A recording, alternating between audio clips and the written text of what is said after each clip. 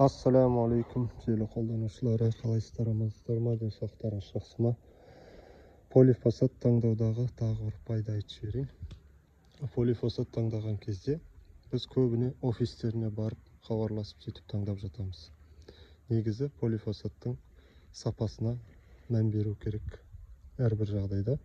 Сондықтан да бұның сапасын білу үшін осы полифосфат өндіріп жатқан өндірістің басына бару керек. Яғни балшық иленіп, тағандай сондай жұмыстар жүріп жатқан басына барып, гидростановка салынады, қатырылады деген сияқты. Сон басына барып, қолға ұстап, полифосфаттардың сапасына көз жеткізуіміз керек болады.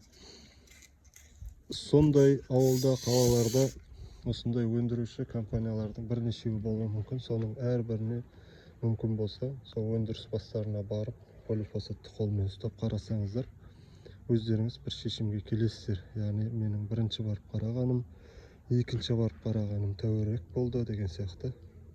Сөйтіп мен бір 2-3 жерге бардым. Сол 2-3 жерден барып қараған кезде өнімдерінің өзгерістер бар. Осы полифосфатты жақсы қылып құйылған екен деп өзіме таңдадым. Пайдаланыңыздар, Аллах береке берсін. Бізбен бірге болыңыздар. Парақшаға тіркеліп қойыңыздар. Шеберхана PZ парақша оқырмандары және желі қолданушылары, қалайсыздар, амансыздар ма, денсаулықтарыңыз жақсы ма? Біз үйге полифосфат жапсыру жұмыстарын жасап жатырмыз, және де соны этап-этапқа бөліп, қысқаша білгенімше түсіндіруге әрекет етіп көрейін.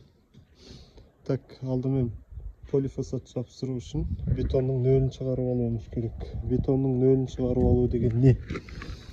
Үйдің бетоны әдетте 4 бұрыштан тұрады ғой. 1 бұрыш, 2 бұрыш деген сияқты. Үй болатын болса, соның 4 бұрышы болады. Сол бетонның 4 бұрышының ең биік деңгейін анықтап алуымыз керек біз. Ең биік деңгейі бізде мына осы қара болып тұр. Сондықтан да біз полифосфатымызды ең биік нүктесіне, байқап отырсыздар ма, критик, яғни тигізіп бекіткенбіз.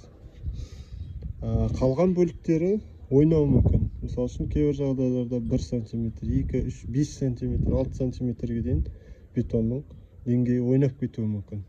Біз сол ойнағанына қарай мына полифосфатты бетонға отырғызып кете бермейміз. Өйтіп кететін болсақ, біздің полифосфаттарымыз не болады? Қисық шығады. Сондықтан да ең биік нүктесін анықтағаннан кейін бірінші полифосфаттың сол биік нүктесіне теңдеп қоя береміз. Қараңыздар, ешқандай зазор, арақашықтық жоқ бұда. Ал жаңағы ойнаған бөліктерін көрсек. Яғни бізге кеміне ойнау керек. Жаңағы ең биік нүктесінен кеміне ойнайды. Мына бұрышты байқап отырсаңыздар, бұл уже бетонға критик отырмаған. Яғни 1,5 сағаттай зазор бар бізде. Дәл осы системамен құрастар. Оны гидроуровень, яғни шлангінің ішіне су толтыру арқылы анықтауға болады, немесе цифровой уровень бар ғой, жаңағы лазерный уровень деймін. Сондаймен анықтап нөлін шығарып аласыздар. Ең бірінші этап сол. Жалпы қысқаша сол. Білмеген жерлер болса пікірге жазыңыздар, түсінбеген орындар болса, немесе менікі дұрыс емес болатын болса, оны да жазыңыздар. Аллах береке берсін. Бізбен бірге болыңыздар. Біз алдағы уақытта осы үйге толық полифосфат өнімін жапсыратын боламыз. Аллах нәсіп етсе. Баракаллаху фикум. Полифосфат жапсыру жұмыстарының келесі этабы, бетонның нөлін шығарып алғаннан кейін біздер бұрыштарын көтеруіміз керекпіз.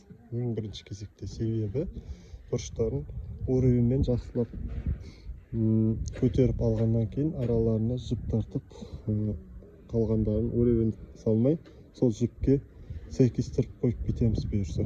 Біздің кезекте осындай бұрыш шықты, 5 бұрыш. Біздің үйдің бір ерекшелігі осындай бір метрде шыққан орны бар. Сондықтан бізде 6 бұрыш болып тұр. Үй 6 бұрыштан тұрады. Не анда 4 бұрыш болса, үйдің арғы шеті тегіс, ол жақта 2 бұрыш деген сияқты. Сондықтан әр бұрышына осындай 5 қатар шығарып аламыз. Енді бұл тегіс қабырға болатын болса, екі бұрыштан бес қатардан шығарып, жіп тартып қойып кете беруге болатын еді арасына. Жіп тартып деп отқаным, мына ара қашықтық бар, мына осы жеріне жіп тартасыздар да, ар жақта жабысқан полифосфаттың да дәл сол жеріне жіпті натяг беріп тартқанда, ол уже осы полифосфаттың үстімен кері жақтағы полифосфаттың үсті теңделеді, қалған араларын соған жіпке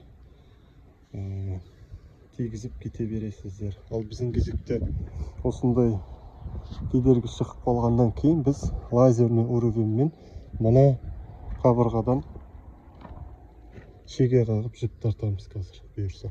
Ар жақта шеге қағылып дайын қойылғаны бар, соны көрсетерім. Яғни лазерный уровеньді мына арамен ана араның дәл сондай орнына лазерді келтіріп, сонымен мына меткілеп аламыз. Себебі біз жіпті бұлай анадан бұлай тартатын болса қиғаштап кетіп ортасы көрінбей қалады. Сондықтан біз жібіміз бұлай келеді, сосын бұлай келеді, немесе осы сызған сызғымызбен қойып жібереміз. Екінші этап осы. Қысқаша алдағы уақытта толық осының жұмыстарын видеоға түсіріп отырамын. Өстіп шеге қағып аласыздар. Мына жақта да шеге бар, жақта да шеге бар. Осы шегемен жіп тартып, енді полифосфаттарымызды осы жіпке келтіріп қойып кете береміз. Жалпы алдағы уақытта қысқаша пайдалар болса, оны да салып отыратын боламын. Бізге осындай контент ұнайтын болса, жақында полифосфат жапсырайын деп жүрген достарыңызды белгілеңіздер, немесе осы видеоны жіберіңіздер. Дұрыс болып жатса, дұрыс екенін жазып пікірге, дұрыс емес болса, мына жерінде кемшіліктер бар деп жазып отырыңыздар. Сіздермен бірге болғанымызға қуаныштымыз. Баракаллаху фикум. Ассаламу алейкум.